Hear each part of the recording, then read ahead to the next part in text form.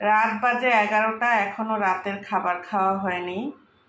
আমার হাজবেন্ড বলে চিংড়ি মাছ ভাজা দিয়ে খাবে, ওর জন্য একটু চিংড়ি মাছ ভাজা করছি।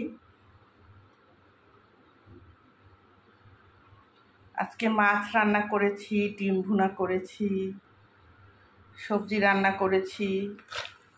তো ওগুলো দিয়ে খাবে না, বলছে চিংড়ি ভেজে দাও তারপরে খাবো।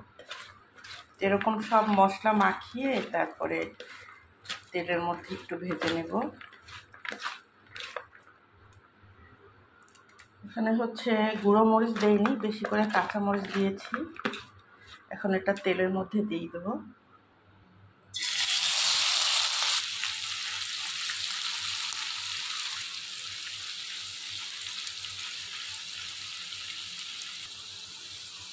এটা হচ্ছে আস্তে আস্তে হতে থাক, আমি অন্য কাজ করি।